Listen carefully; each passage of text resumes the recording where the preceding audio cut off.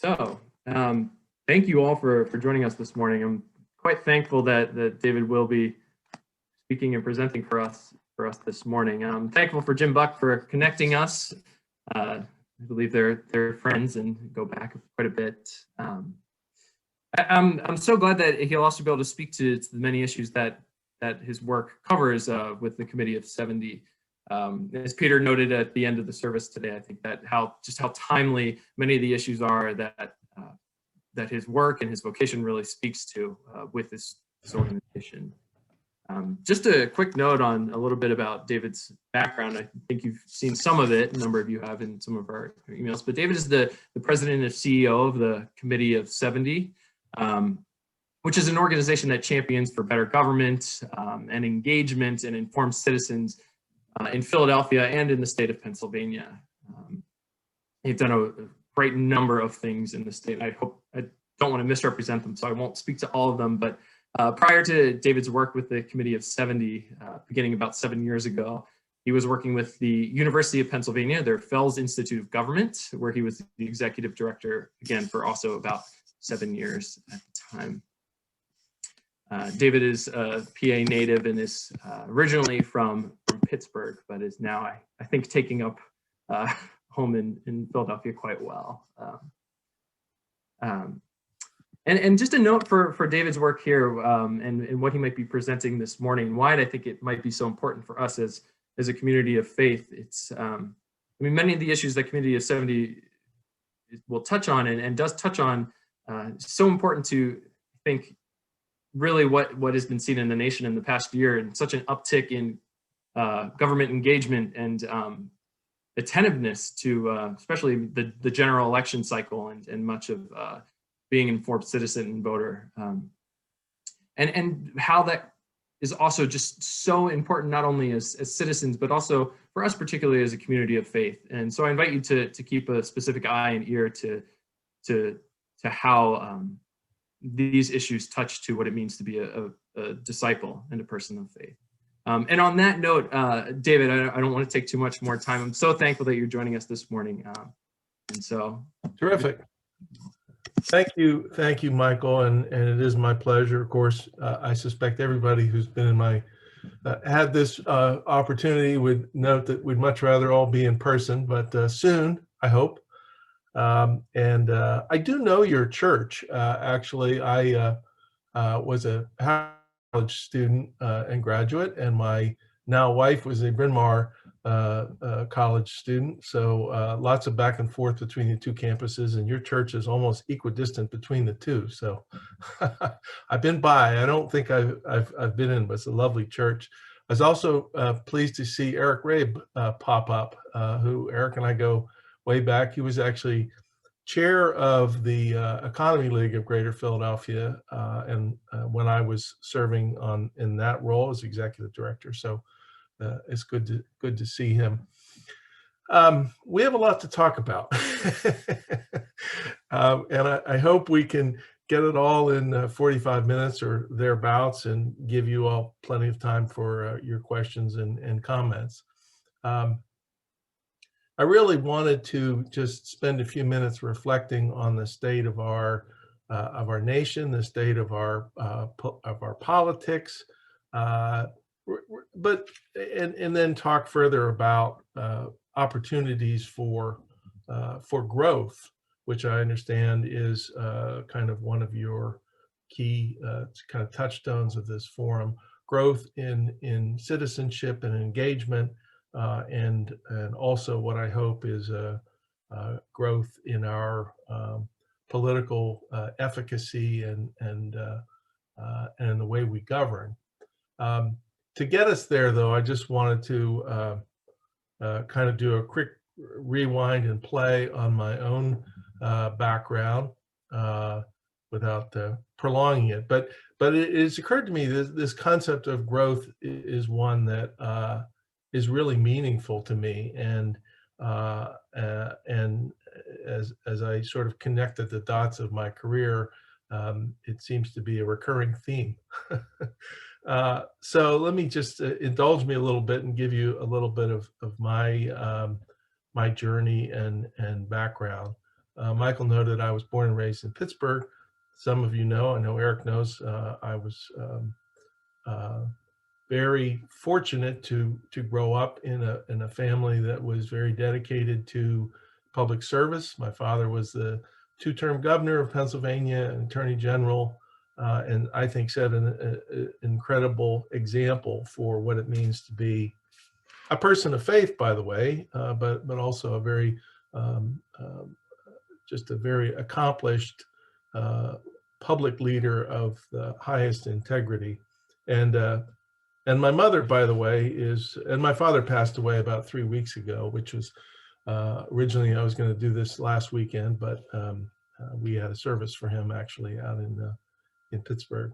My mother, who is still alive and well and kicking at age 81, has also set a great example for me and my family. She is a longtime advocate for people with disabilities.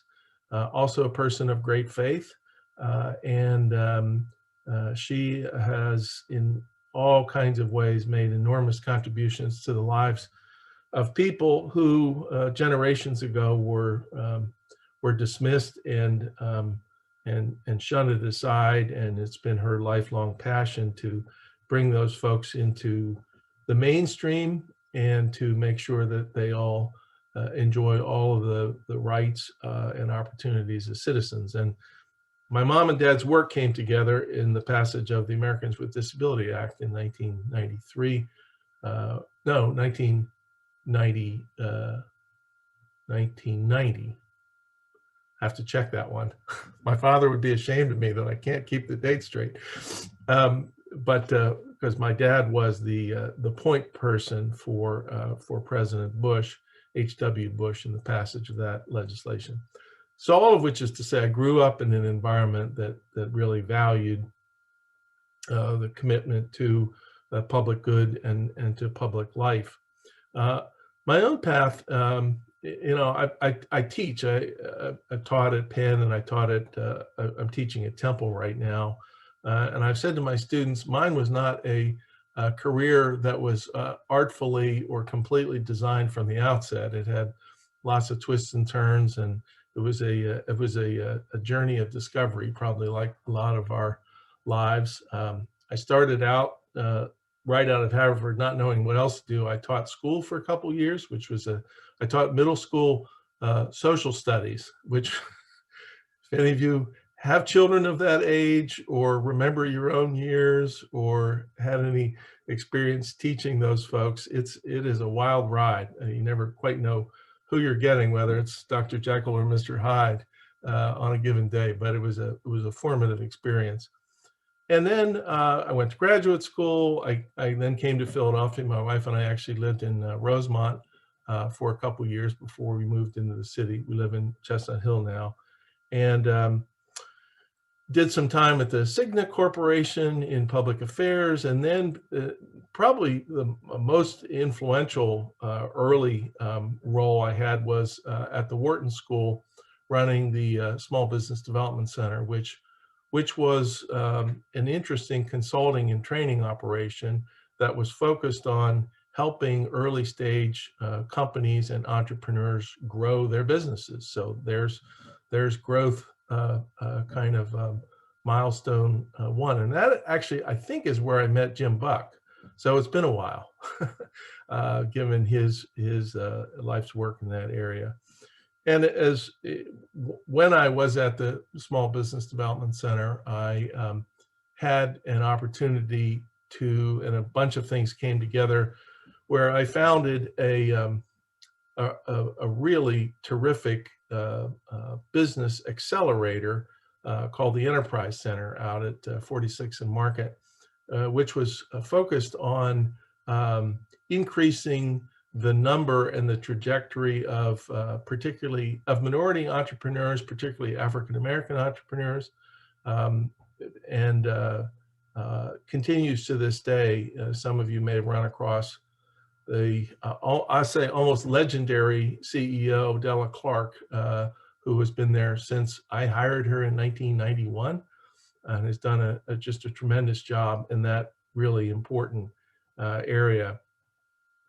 So the Enterprise Center was something I was enormously proud of and has made a great contribution. And then I moved to the Economy League of Greater Philadelphia, which is a curious product of the progressive era of the early 100 years ago, essentially, and is dedicated to the notion that business leaders and civic leaders, like Eric Rabe when he was at Verizon, had an opportunity and responsibility to contribute to the growth and development of the city, this region, this Commonwealth. So our agenda was focused on economic development kinds of initiatives. We described ourselves as a think and do tank, which I always liked that balance of sort of reflection and activity. And one of the initiatives that I also was able to help lead in that role, I was at the Economy League for about 13 years, was around the issue of human capital development in the Philadelphia region. There was a great concern at the time about so-called brain drain, that we were educating our young folks and then they were heading off for somewhere else, whether that was the West Coast or New York or Boston or whatever. So with a bunch of other people, I co-founded a group which ultimately became known as Campus Philly, which was an enormously, I think, also effective initiative to connect students in our colleges and universities with businesses, but also with sort of the larger cultural and political life of the city and the region. And it's had a lasting impact. If you, they do a great survey of college students in the region and their preferences about where they're going to end up. And slowly but surely, Philadelphia has climbed considerably in that. It's been 20 years now, I guess. So much less talk about brain drain than previously. The other effort that I was involved in was something that is also still alive and well and flourishing, which addressed another piece of that human capital challenge, which was called Graduate Philadelphia. And the proposition here was that, and you may not know this, but a lot of folks, particularly of first generation college students, never complete college. Maybe 60% of first generation African American or Hispanic students never finish the degree that they started. So they've graduated from high school, they're enrolled at a 2 or 4 year institution, and for a variety of reasons, life gets in the way, and they never graduate, which is puts them at great risk, both socially and economically. They are sort of kind of last hired, first fired, and as the economy kind of goes up and down. And we know from all the research that a college credential or educational credential is enormously important in your ability to sustain a career and support your family and so forth and so on. So Graduate Philadelphia was essentially a regional effort to try to reconnect people who had stopped out of college to help them come back to finish. And also done enormous work over the years and was a real model for other efforts in different parts of the country. I was on the board of Graduate for a long time, and then I left, and then I've rejoined the board. There's actually a national network now of organizations like Graduate Philadelphia in Chicago and Tennessee and in Connecticut and Michigan and kind of all over the place, of folks that are basically executing the same playbook that we did here in Philadelphia with Graduate Philadelphia. So, which again, back to the theme of growth, that was really about growing the number of people with college degrees in this region, and the city in this region, because, as we say, it's good for them and it's good for us. So fast forward through the Fells years and now the Committee of 70. Some of you, I suspect, may, if you're good Philadelphians, know of the Committee of 70. We, in fact, go back 117 years. And because this is the proper setting, you should know that the name is a biblical reference. Short story is Moses leading his people out of slavery into the promised land. And as followers are wont to do, they started complaining about the journey. Are we there yet? You know, there's not enough food. It's really hot. I'm tired of walking. Moses, you're not a very good leader. So Moses, looking for some help, appealed to the Lord, and the Lord appointed a committee of 70 elders from the community to sort of backstop his efforts to serve as kind of a kitchen cabinet. So short diversion on the name, but you know, the Committee of 70, as Michael noted, for that time has really dedicated itself to the proposition that local democracy works best. I mean, this is pure Thomas Jefferson. Local democracy works best when more people are engaged and more people are informed. One without the other is not always a good thing, but we're trying to do our work on both fronts to make sure that folks come out to vote, but also embrace other aspects of citizenship, and that when they do, they know something about who they're voting for, what the issues are, or how, you know, the intricacies of our local government work. And so, you know, I've been there for 6 years now, I guess, and we've put an enormous amount of effort into increasing the outreach and engagement efforts to make sure that, again, folks know what's going on and have the tools they can use to participate. So I was just looking at, like just everybody else in the information age these days, most of our outreach is online and digital. We have, I think, a world-class voter guide on our website, which this past election season, I just checked the numbers, 200 and almost 260,000 people in Philadelphia and in Pennsylvania used to help guide their choices, which I'll note is about 2.5 times what it was 5 years ago, which we won't take sole credit for that. There's clearly been an enormous increase in interest in the political process, but we're happy to you've got to recognize success when you can, I guess. We also, just as a subset of that, have we reach about 50,000 people a week through our newsletter, which is about 3 times what it was a few years ago. And if I invite you to subscribe and to get in the flow of our stuff, because we are really trying to keep citizens on the top of their game when it comes to understanding the ebb and flow of the political process in Philadelphia and in Pennsylvania. So that's the backdrop. Let me just pivot to some of the things that we're thinking about and working on right now, and then we'll save plenty of time for questions. And I'm not going to do a whole lot of reflection, by the way, on the election and the post-election drama.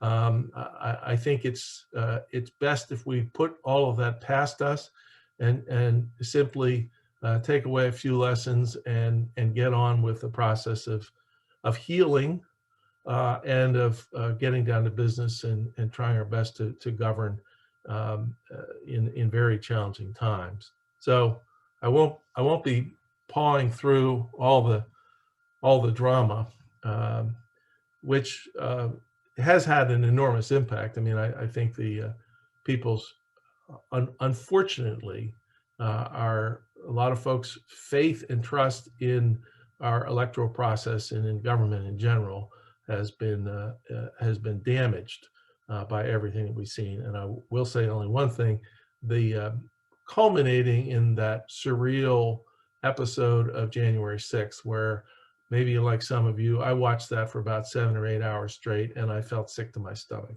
I just could not believe that in this country, we were going through the kind of convulsion that we like to think only happens elsewhere, only happens to immature, fragile democracies that really haven't taken hold. So that was quite disturbing, but it should propel us into maybe some of the stuff I'd like to talk about. So to my mind, there's sort of two things that ought to be on our agenda. One is essentially rebuilding and supporting and reaffirming what it means to be a citizen in this country. And I'll just observe that we spend a lot of time, there's been a lot of chatter in the news and in justifying some of the actions that have taken place. We spend a lot of time talking about our rights as citizens, and I don't think nearly enough time talking about our responsibilities as citizens. You have to have both. In my mind, you don't get the rights or the full enjoyment of the rights unless you're willing to dig in and support this what we turned out to be is a democracy was a lot more fragile than we had thought. And in that regard, for about a year now, the Committee of 70 has launched and is looking to build and engage people in a campaign, sort of an information campaign around citizenship. And we're calling this the Campaign for Political Responsibility, or CPR. And it is a campaign, and it's about responsibility, and so off we go. And there are 5 elements to that. I'll just share those with you.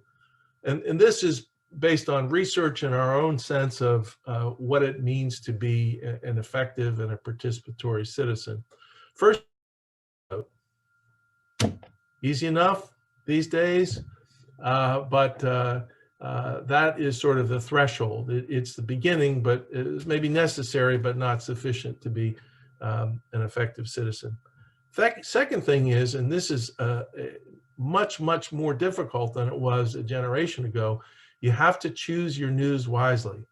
The level of disinformation and misinformation that is flowing through our world is just staggering and incredibly harmful.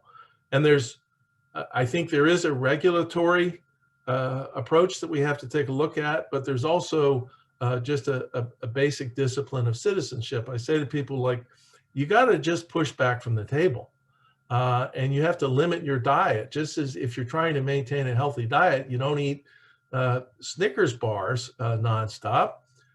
You have to think carefully about what you're reading, what you're doing with what you're reading. One of the simple actions we encourage people to do is don't forward anything on social media that you haven't already read, which sounds intuitive, but you'd be amazed by how many people just willy-nilly just forward stuff because somebody sent it to them and it had a thin veneer of credibility about it. So choose your news wisely is enormously important. The third habit is that you invite diverse perspectives in your political dialogue, which is much easier said than done, I think, as we all know. But we're just simply not going to get anywhere if we face each other across the no man's land and just hunker down in our own foxholes and just occasionally take shots at each other. So both in our public life and in our governing process, we've got to find ways to legitimately hear the other person. Nothing says you don't have to agree with a viewpoint that you find difficult or unwise or not based on facts. But if we don't engage in listening, we get nowhere. The fourth habit that we're trying to encourage is that you learn how it works, and that by it we mean government, politics, everything from the fact that you've got a local school board and that people run for school board to, kind of the old schoolhouse rock, how a bill becomes law, critical dates, critical elections, all of the above. And I have to say, one small silver lining of the activity of the last 4 years is a lot more people do understand something about this process. I mean, how many of us all of a sudden focused on the fact that the January 20th was a critical date, and that before January 20th, December 11th and December 6th, that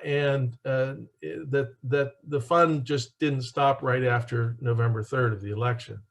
But over and over again, learning how it works and then finding a place for your voice in the process is really critical, which naturally leads me to the fifth habit, which is to act.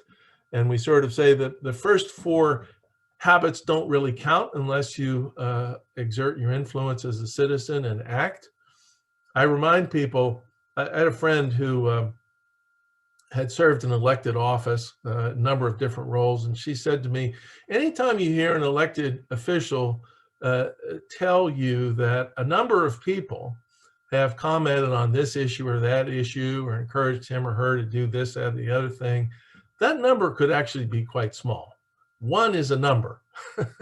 So, it sounds out of touch with, how we think of influence and the use of social media and so forth. But the individual act, contacting a legislator, contacting a public official, the more personal, the better. Is still and always will continue to make a difference. So that's why it deserves a spot on our top 5. So let me just pivot from that, which is talking about individual citizenship, to what we do as a commonwealth, or what we can do in community. And that is, and I've heard this both from liberal and conservative friends of mine throughout the last 4 years, and maybe longer than that, we need to recommit to teaching civics as part of our educational process. I saw something the other day which revealed how insignificant that is. And this is, coming from, I told you at the outset, I was a middle school social studies teacher, so I did my time. Nationally, we spend about $34 a year educating people K through 12 around STEM issues. And you all know that acronym, which is not unimportant. But in contrast, we spend 5 cents per student teaching people about civics. And so we're just out of balance. And I always like to remember, I read somewhere that, you have to think about public education through the eyes of both Ben Franklin and Thomas Jefferson. Ben Franklin, education was about your ability to earn a living, to contribute to the larger economy, to be an entrepreneur, and to create new economic opportunities. But citizenship through the eyes of Thomas Jefferson was about, we need to educate you to be a citizen, a contributing member of this democracy that in his time was quite fragile. So it's hard to argue that one ought to be more prominent than the other. And I'll just suggest, I think we've lost our emphasis on the Jeffersonian role for public education. Just along those lines, we have recently been part of a new coalition, which I think is has a lot of interesting potential, which is called PA Civics.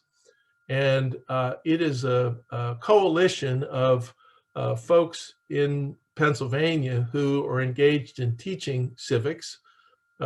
National Constitution Center, the Heinz History Museum in Pittsburgh, our organization, the League of Women Voters. But what's interesting is that this has been embraced by a group of former members of Congress in Pennsylvania who have decided that this is a worthy focus of their efforts. Notably, their chair of this group is former Congressman Jim Gerlach, who some of you may know or know of. He was a Republican member of the state house and a state senate, and then the U.S. Congress from Chester County and Berks County. And I think kind of just a what I'll call an old school Republican, an old school Chester County Republican, if that resonates. And Jim has taken this quite seriously and has brought to the table an equal number of Democratic and Republican former members. So we've got a nucleus of folks, and we're in the process of raising some money, with the idea being that we're not going to try to create new content, not going to compete with a Constitution Center or a Museum of the American Revolution or whatever, but we just need to find ways to connect what they do with greater and greater numbers of classroom teachers, educators, principals, school districts, intermediate units, and so forth and so on. So it's kind of a marketing, promotion, and connecting role that we hope to play. And here I'll drop into the pond. Folks around the staff our staff would be rolling their eyes at this, but I just have to drop into a little pebble in the pond with this is kind of my pet idea about the question of how we would pay for increased civics education in the classrooms. And here's the notion. We spend an enormous amount of money individually, collectively, corporately, and et cetera, on political campaigns. This presidential campaign cost $14 billion, all in, all sources of money, all uses of money. The last time we ran a statewide Senate race in 2016, it cost $170 million. And by all accounts, maybe the next time in 2022 might be double that. The Senate race in Georgia that we just concluded cost about $800 million. So here's the basic notion. What if we figured out a way to put a small tax on political contributions that was in fact dedicated to supporting the increased teaching of civics? And there are clearly some folks who don't like taxes of anything for any purpose, but given how little people like the flow of big dollars into politics, there might be something there.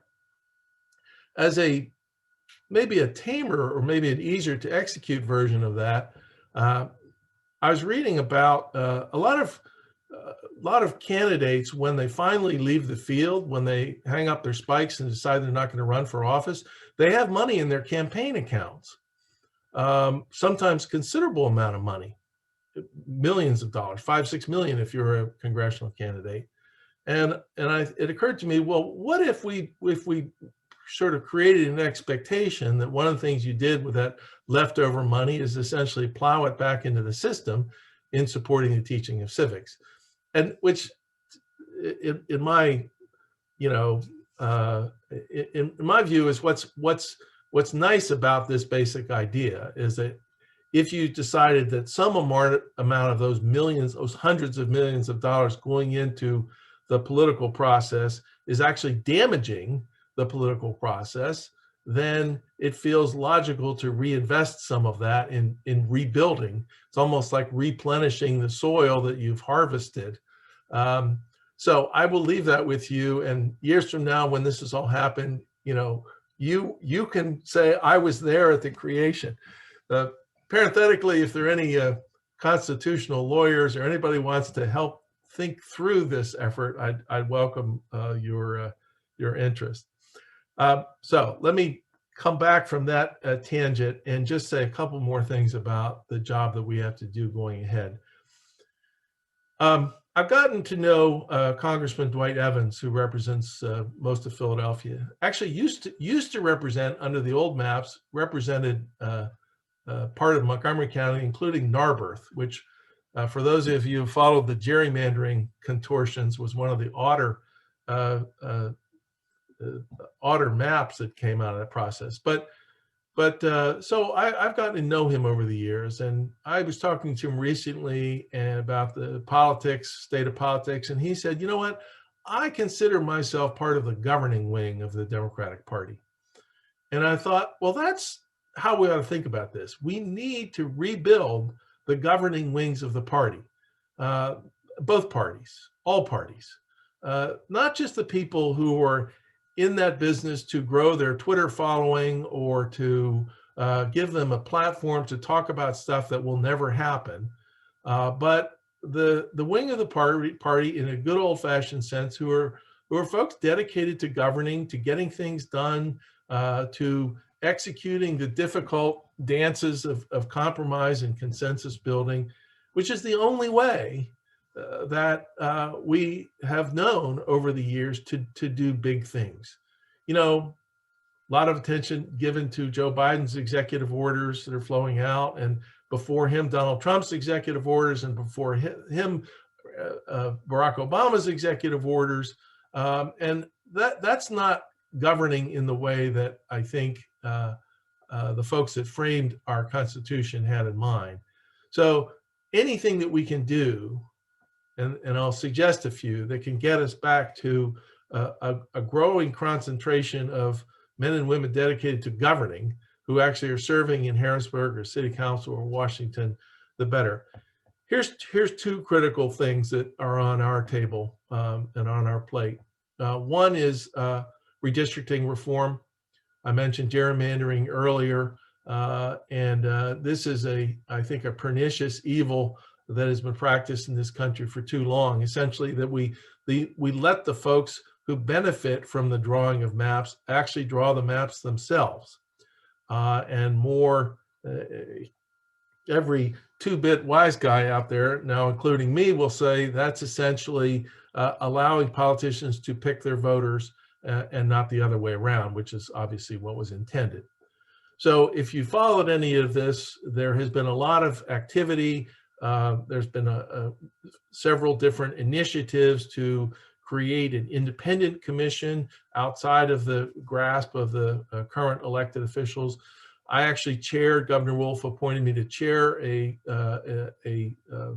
sort of a study commission on redistricting reform, and we traveled the Commonwealth listening to people.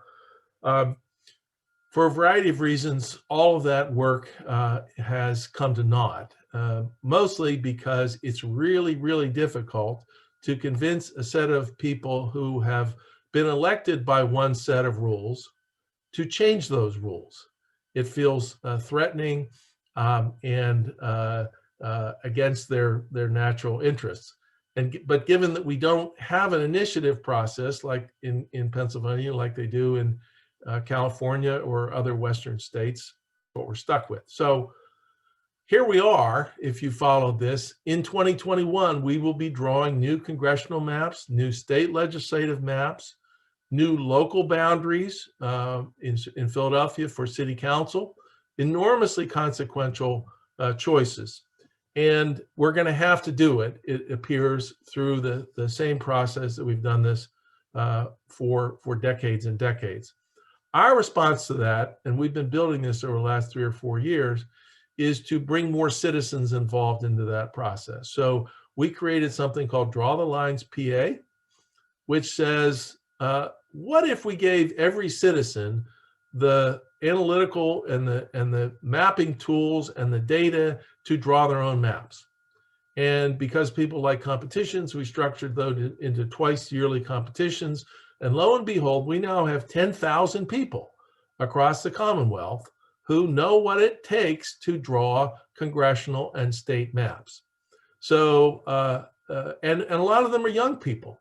Actually, we had a great contingent either from Agnes Irwin or Shipley, and apologies because I can't keep them straight, but in your neck of the woods. And the response has really just been overwhelming.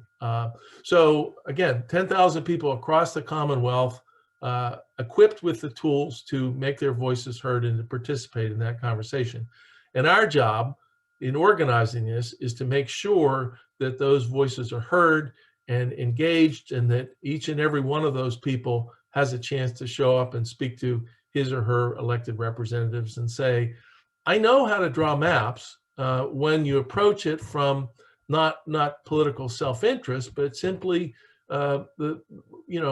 thoughtful, organic understanding communities and how they should be drawn into representative districts. So drawthelines.pa.org is the website for that, and I encourage you to take a look and offer your thoughts or your support, or it's going to be quite a ride. And basically, that work will be done by this time next year. So we have a year to make those voices heard. The last thing I'll throw out is that we have long been troubled by the fact that that independent voters, people who are not registered as Republicans or Democrats, are shut out of the political process in Pennsylvania. I am one of those people. And if you are as well, you basically have nothing to do on primary election day because you're barred from voting in for candidates unless you are a registered Republican or a registered Democrat. And this, by the way, in conjunction with redistricting reform, further worsens the political divide and the political partisanship at the fringes of the two parties.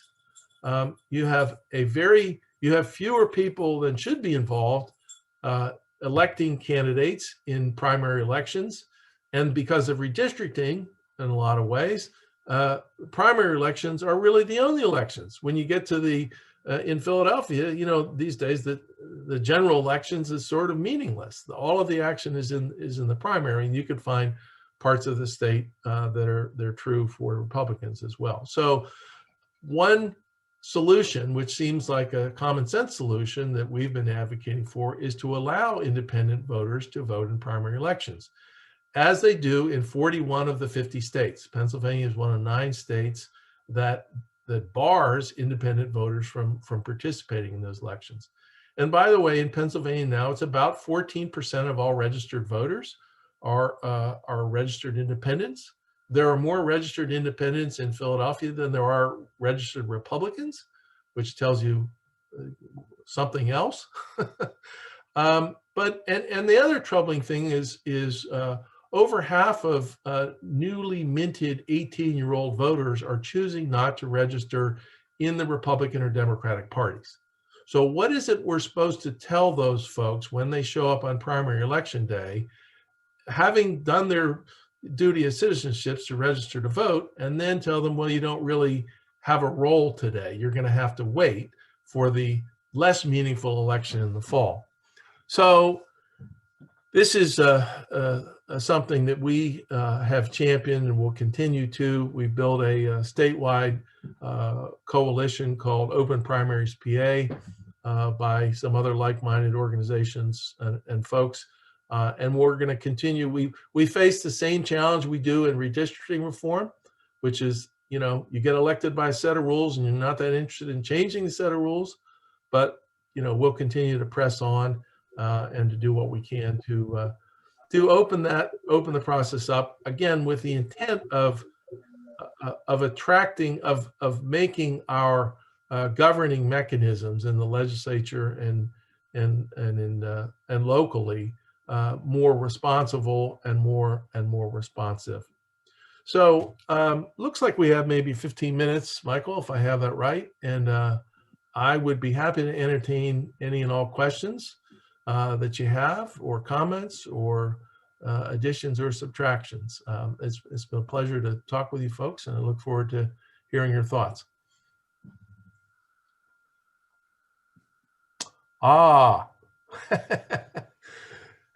William Gross says, talk about House Bill 38 and what we can do to push back against that. So let's see if I can do this succinctly. House Bill 38 is a new proposal that is in front of the General Assembly in real time that would create judicial districts by which members of the state Supreme Court, Superior Court, and Commonwealth Court would be elected. Right now, they're elected statewide, which parenthetically, the Committee of 70 has long believed those should be selected in a merit selection process. They're elected right now statewide, but this proposal says we should essentially have those folks elected from geographic districts. So it's essentially turning this from, you know, the Senate to the House, right? And it's a phenomenally bad idea. It politicizes the judiciary in ways that I think would be enormously harmful. It also, I think, violates one of the basic constructs of our constitutional system, which is the separation of powers, because it would allow the General Assembly to draw these districts for the judiciary. So it doesn't take a whole lot to imagine all of the harm that could come to that. The argument, by the way, the proponents are suggesting that, well, this would bring more geographic balance to the courts, that too many of the members of the court come from the greater Pittsburgh or greater Philadelphia area, which happens to be untrue. If you actually look at the numbers, there's actually pretty good diversity. I would also tell you, by the way, if you wanted to accomplish that, I think a merit-based system would probably get you there as well, without all the problems that this proposal brings up. So the short story of what do, go back to number 4 and number 5 on my list of habits of citizenship. Learn something about it. There's a great organization called Pennsylvanians for Modern Courts, which has been active in organizing people. There are about, last I checked, about 100 significant organizations, bar associations, and et cetera, who are opposing this. So we're in good company. But learn something about it and let your voice be heard. Even if your elected representative is on, let's say, the right side of this issue, hearing from you gives them that much more confidence that this is important and meaningful to their constituents. So don't be swayed by, well, I've already seen my representative or my senator's newsletter and they're all on board. It really helps to underline and give them a little more backbone in this pursuit, because it's just, as I said earlier, if we've opposed electing judges for 40 years, the idea of electing judges from local districts takes a bad idea and makes it a phenomenally bad idea. So and this will come up soon. This will come up in the next couple of weeks. Likely it will come before the House and Senate. And if they pass this bill, it will then be on the spring primary for voters, because it's an amendment to the Constitution. So if this is something you care about or interested in, no better time than now. Let's see, someone says about choosing your news wisely. I read the Times, the Inquirer, I watch virtually no television news. With all deference to Eric Rabe's previous career, unfortunately, local television news has become an absolute wasteland, so I don't think you're missing much there. Should you be watching Fox News? Sure. And so same goes with your social media habits. Take a little bit from column A, column B, and column C. And the pragmatic politician's response to that is you should absolutely be reading and paying attention to the news stream that those who oppose you are paying attention to, because it will give you a better sense of how to beat them. So it's not just pure, even-handedness. You need to understand the arguments and the news that folks are absorbing, so you can target your efforts to push back. Is anything being done to teach, encourage a consensus-style governance as opposed to a zero-sum, especially young people getting into politics for the first time? That's a good question. One of the things we're also encouraged about is the upwelling of interest of young people in the political process. There's a couple terrific high school teachers in Philadelphia that we worked with, creating something called Philly Youth Vote, which took as its goal registering and getting to vote 18-year-old high school students. And we actually turned over our, we did some Facebook Live. We gave them essentially access to the Committee of 70's Facebook Live account, and they did interviews with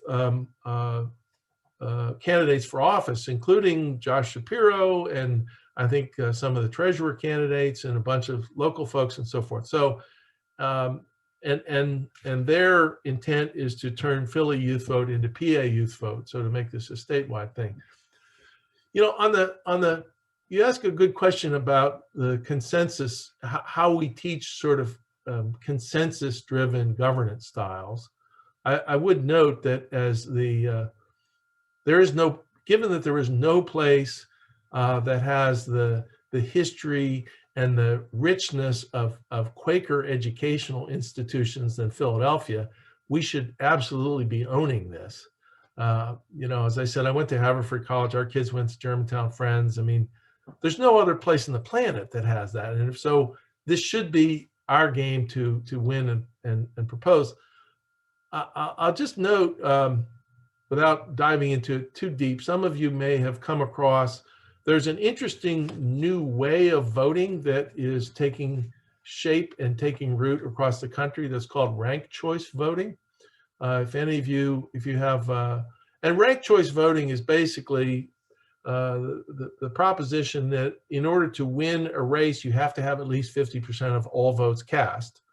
And the way you get at that is voters get to rank the candidates in their order of preference. And if the first place, the person with the first place votes has more than 50%, that person wins the election. If not, there's sort of successive rounds that take place where you lop off the lowest ranked candidate, reallocate their votes until somebody wins. I mention all that because that's how New York will be choosing its next mayor, and I think local elected officials coming this spring. But back to the Quaker notion, it's also being championed by an organization in Maryland called Fair Vote, which, believe it or don't, is led by a husband and wife team who are both Philadelphia Quakers. So there's a mechanism out there by which we can teach more consensus-driven process. And the interesting thing about ranked choice voting is it forces a political candidate to appeal to more than just the rabid partisan base that might, for whom that person would be their first choice, because you want to appeal to someone for whom you might be their second choice or third choice or fourth choice. So then guess what? When you get elected, you are representing a broader cross-section of the electorate, and you should be governing with that in mind. So that's why I bring that up. But the organization is called Fair Vote, which might be worth a look. And a final note on that, they've done a great job in getting people used to this idea by working with colleges and universities and high schools to use this process of ranked choice voting in their student government elections. And which I thought was brilliant because it by the way, that's the way the Academy Awards are determined. So there are examples of it. They've done a nice job of driving that into colleges, universities, and high schools, and I think it has great promise. Let me see. Question is, different states have different systems for nonpartisan redistricting. Are some nonpartisan districting approaches that work better than others? That's a hard question to answer because as we know from our recent experience of this last election, every state is different and has different rules about how they vote and how they draw maps and so forth. I guess I would refer you to there are characteristics that are really important that I think are replicable, and I would refer you to the report of the Redistricting Commission that we did a couple years ago on behalf of the governor. And there are basic things like community engagement, what we're trying to do through Draw the Lines PA, making sure that you have a legitimate conversation with voters about how they want to be represented. And we supplemented that with surveys and focus groups and polls and so forth and so on. There are standards-based approaches that say embedded in law or in the Constitution are hard and fast criteria that you have to follow, because there's been a whole growth in kind of the metrics of redistricting that didn't exist before, again, because we have the data and we have the tools. So there's a number of ways to get at it. People think of safeguards or guardrails around this otherwise nakedly partisan process. So there's a little bit of a mix and match that I think we could pull off. But unless a miracle occurs, unfortunately, we're going to have to wait to implement those in Pennsylvania until after this cycle of map drawing. Let's see. Someone said ranked choice voting, so we knocked that one off. I don't see any other questions in the chat, but I'd be happy to, if you want to volunteer from the crowd, be happy to field one or two. But Michael, you give me the, No, sure. Hey, I just don't want to run past your time, and I'll be mindful of that. If there are any questions, if people want to just unmute themselves, maybe a final question or two, that would be great. If not, I'll also. Otherwise, we'll conduct this like a Quaker meeting. We'll just be silent for a long time. I will talk about the ranked choice voting. That's actually how the Episcopal Church diocesan elections operate as well for our bishop. Way. Yeah, so that's great. I will add that to my my knowledge bank. That's terrific. Well, it's worth watching how this plays out in New York, because if you follow it, there are seems about 74 people that want to run for mayor of New York. And this is a great way to sort that out, because otherwise, if you have 74 people win or run, you could win that election with, 2/74 of the vote, which is not exactly healthy. So, anything else? Yeah, any comments, questions? Well, let's call it a day. Huh? I'll just say on behalf of everyone here, thank you for joining us. Oh, wait a minute. Eric Raid snuck a question in right at the deadline. Good. How do you grade Pennsylvania and Philadelphia on voter access? We took a great leap forward, actually, with mail balloting, I think. I think mail balloting, unfortunately, we had to do it under duress. And there are cracks in that system which we've got to patch. But we spent a lot of time with folks from Colorado who have been doing mail balloting, ballot by mail, I think for 10 years now. And they also kind of lead the league in terms of the professionalism that they bring to voting. So I think that was a good move forward. I think that option, we had about half the people in Pennsylvania voted at home this time around, voted by mail.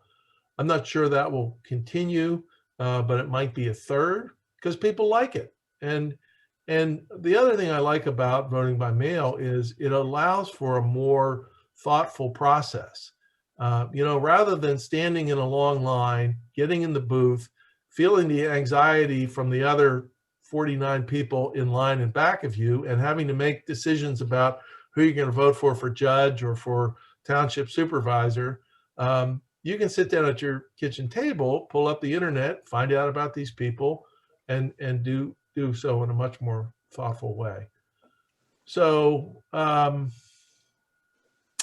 So that's what I have to say about that.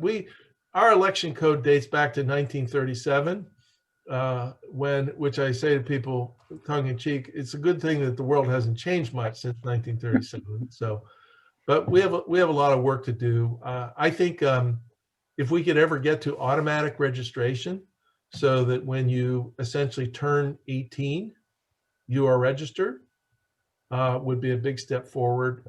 But it's, as compared to where we were a couple years ago, I think we're making solid headway, and I'm hopeful. So leave it at that. All right, Michael. That's great. Thank you so much for joining us. Okay. Just a note for everyone, if they want to find more information about Committee of 70, just go to your website, and obviously some of the other campaigns like Draw the Lines, PA, things like that will be accessible there. Yep. Awesome. Well, thank you all. I really enjoyed the chance to chat with you. For coming, really. Bravo. Thank you. Thank you. See you soon. Have a good one, everyone. Thank you.